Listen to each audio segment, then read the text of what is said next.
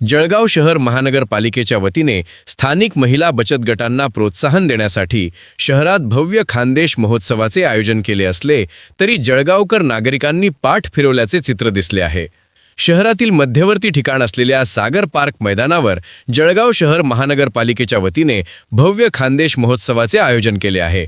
या महोत्सवाच्या उद्घाटन दरम्यान महाराष्ट्र गीताचा आयोजकांना विसर पडला होता, तर दुसऱ्या दिवशी शुक्रवार रात्री 9 ते 10 वाजेच्या दरम्यान मुख्य व्यासपीठावर सांस्कृतिक कार्यक्रम सुरू असले तरी हे कार्यक्रम बघण्यासाठी जळगावकर नागरिकांनी उत्साह दाखविला नाही।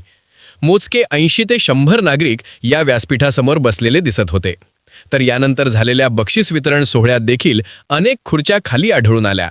या सांस्कृतिक कार्यक्रमात ज्या शाळांनी सहभाग घेतला होता त्याच शाळेचे विद्यार्थी व शिक्षक व पालक देखील उपस्थित होते, त्यामुळे या कार्यक्रमाच्या 2 दिवसात चांगलाच फज्जा उडाल्या असल्याचे चित्र आहे। शासकीय निधी असूनही जळगावकर येईना। जळगाव महानगरपालिकेच्या या कार्यक्रमाला शासनाचा निधी असतो, त्यामुळे या कार्यक्रमाचे मोठे आयोजन करत असतात। मात्र या कार्यक्रमाचा प्रचार व प्रसार दरवर्षीप्रमाणे यंदा देखील कमी पडत असल्याचे चित्र समोर येत आहे। जर शासनाच्या पैशावर हा कार्यक्रम सुरू असेल तर मग जळगावकर जनतेला अद्याप या कार्यक्रमाची कशी माहिती पडली नाही हा देखील प्रश्न निर्माण झाला आहे। त्यापेक्षा खासगी कार्यक्रम बरे। याच मैदानावर गेल्या महिन्यात बहिणाबाई महोत्सवाचे आयोजन करण्यात आले होते। या कार्यक्रमाला जळगावकर नागरिकांनी प्रचंड गर्दी केली होती।